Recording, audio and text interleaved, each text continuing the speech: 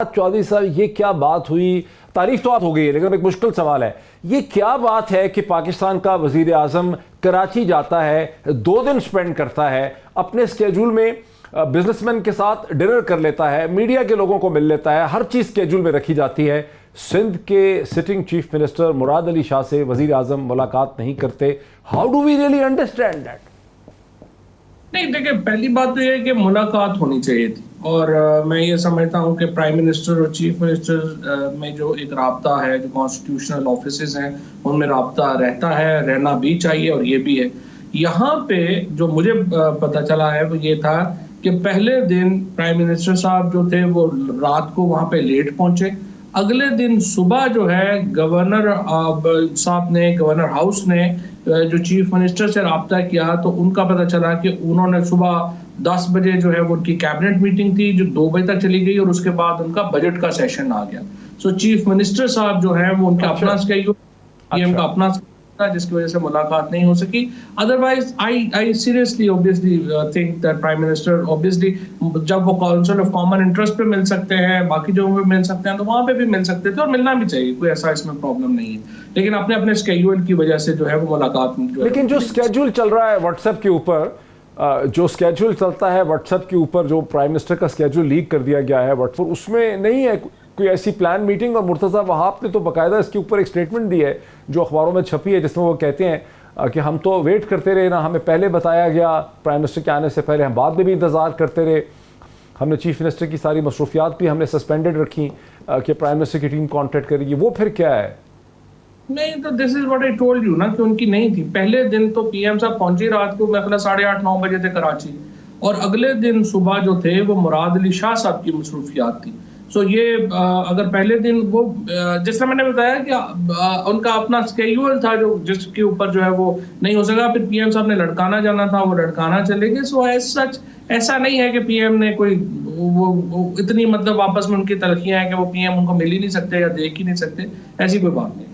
राणा साहब, एक बड़ी चुभती हुई खबर चल रही है जो अखबारों में छप चुकी है, अगर छपी ना होती तो शायद मैं इसका जिक्र ही ना करता, कि आपकी पार्टी लंदन में बैठे जहांगीर खान तरीन साहब की तरफ राब्ते इख्तियार कर रही है। ये अंग्रेजी के अखबारात में ये पूरी स्टोरी 2-2.5 पेज की छप चुकी है। कैसे आप डिनाई भी कर रहे हैं और राब्ते भी मेंटेन कर रहे हैं और कोशिश कर रहे हैं कि जहांगीर खान तरीन साहब को मजबूर किया जाए कि वो पीटीआई और इमरान खान के खिलाफ एक खुल के पोजीशन ले। इस पर आपका क्या है इतला, ये रिस्पॉन्स? देखिए, इसमें आप एक बड़ी, मैं समझता हूँ कि कॉन्स्टिट्यूशनली और लीगल आप जो है वो डिबेट कर रहे थे।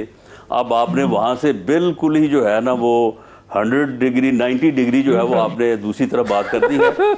मेरी इंफॉर्मेशन के मुताबिक, और मेरी सर ये हेडलाइन है, इमरान खान और जहांगीर खान बेसलेस भी नहीं है ये। नहीं, सुन लें।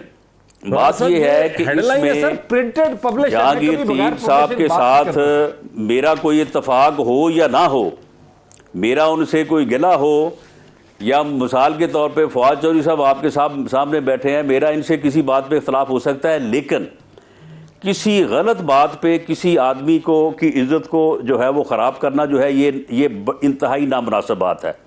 मेरी इंफॉर्मेशन के मुताबिक ये खबर बिल्कुल गलत है।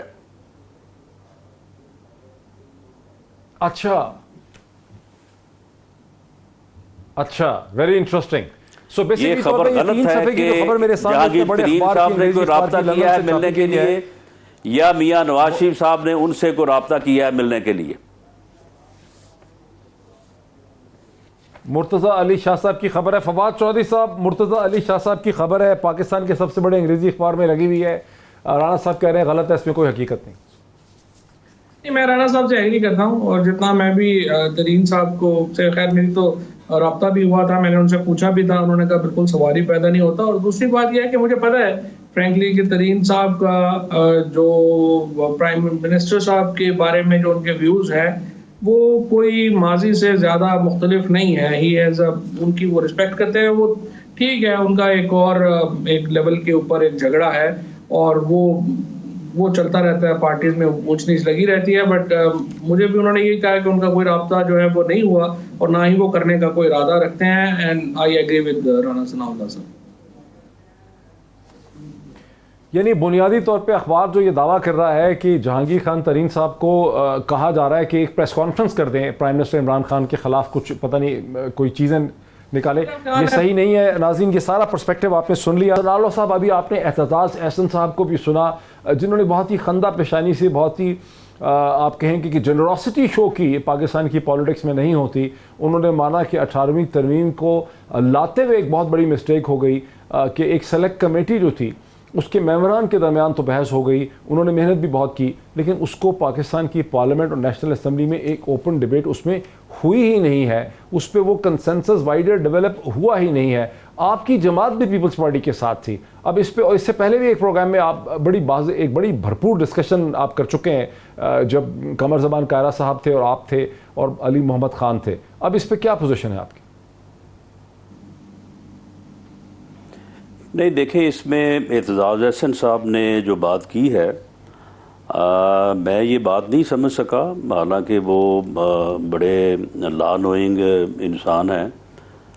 जो लेजिस्लेटिव प्रैक्टिस है, जब कोई चीज़ जो है वो स्टैंडिंग कमेटीज़ में या स्पेशल कमेटीज़ में एट लेंथ डिस्कस हो जाती है और उसके बाद पार्लिमानी ग्रुप्स जो हैं और उनमें डिस्कशन हो जाती है, और जब पार्टी की लीडरशिप और पार्टीज़ में इत्तफाक़ राय हो जाता है, तो फिर ऐसी लेजिस्लेशन को या ऐसी अमेंडमेंट्स को जो है वो फिर हाउस में जो है वो उसके ऊपर फिर डिबेट जो है वो कम होती है।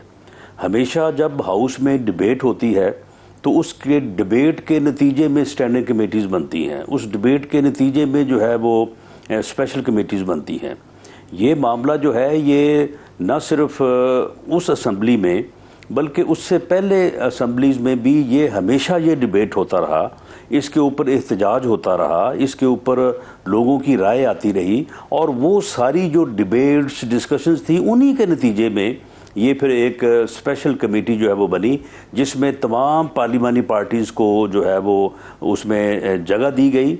और उसके ऊपर मेरा ये ख्याल है, अगर मुझे सही तौर पे तो ज़हन में नहीं, कि 1 साल से ऊपर जो है वो उस स्पेशल कमेटी में, जिसमें तमाम पार्टीज़ की नुमाइंदगी थी, 8 या 9 सभी लोग थे जो कि पार्लियामेंट में मौजूद थे, तो वहाँ पे जो डिस्कशंस होती रहीं, उनमें जब इत्तफाक़ राय हो गया कि 1973 के आइन में ये अमेंडमेंट्स जो है वो ज़रूरी हैं और उनके ऊपर सारे लोग मुत्तफ़िक़ हो गए, तो उन तमाम अमेंडमेंट्स को, ये 18वीं तरमीम जो है ये कोई एक अमेंडमेंट का नाम नहीं है, ये एक सेट ऑफ अमेंडमेंट्स है इन दी कॉन्स्टिट्यूशन।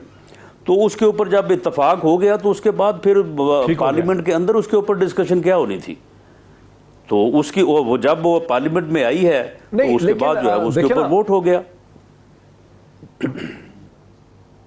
दो ही बड़ी जमातें थी, एक तरफ सेंटर में पाकिस्तान पीपल्स पार्टी थी जिसके पास सिंध की हुकूमत भी थी, दूसरी तरफ आप लोग थे पंजाब में PMLN। आप लोगों का आपस में कंसेंसस हो गया, कंसेंसस के नतीजे में कमेटी में फैसला हो गया, ना मीडिया को खबर हुई, ना उसके बारे में कोई चीज़ लीक हुई, ना वाइडर नेशनल डिबेट हुई, ना नेशनल असेंबली और पार्लियामेंट में डिबेट हुई। इसको आप डेमोक्रेटिक कैसे कह सकते हैं? ये तो आपका कंट्रोल था उस पूरे प्रोसेस पे। नहीं देखे मामला ये है कि मीडिया में जो है वो फैसलों को वक्त से पहले लीक करना या वक्त से पहले जो है वो जारी कर देना जो है, ये कोई डेमोक्रेसी नहीं है। ये तो फैसला करने वालों का फैसला है कि अगर वो एक चीज़ जो है वो किसी नतीजे पे पहुंचने के बाद उसको जारी करते हैं या उसके मतलब मीडिया से बात करते हैं, तो ये भी उनका फ़ैसला है। और अगर वो अपने फ़ैसले की हसासियत को मद्देनज़र रखते हुए ये फ़ैसला करते हैं कि जब ये फ़ैसला हो जाएगा तो उसके बाद जो है वो मीडिया को और सबको जो है वो ख़बर हो जाएगी, तो ये भी उन्हीं का फ़ैसला है। तो अगर किसी मरहले पे उन्होंने ये फ़ैसला किया और उसके मुताबिक एक्ट किया तो ये उनका फ़ैसला था। अच्छा फवाद चौधरी साहब, ये इस किस्म की जो लेजिस्लेशन है जिसमें आवाम को पता ही ना चले, नेशनल डिस्कोर्स हो ही ना, जिसमें पार्लियामेंट में ओपन डिबेट हो ही ना, क्या इस किस्म की, जो कि वकील आप भी रहे हैं, इस किस्म की जो लेजिस्लेशन है ये होती है बरतानिया अमेरिका वगैरह में जहां से हम अपना सिस्टम डिराइव करते हैं?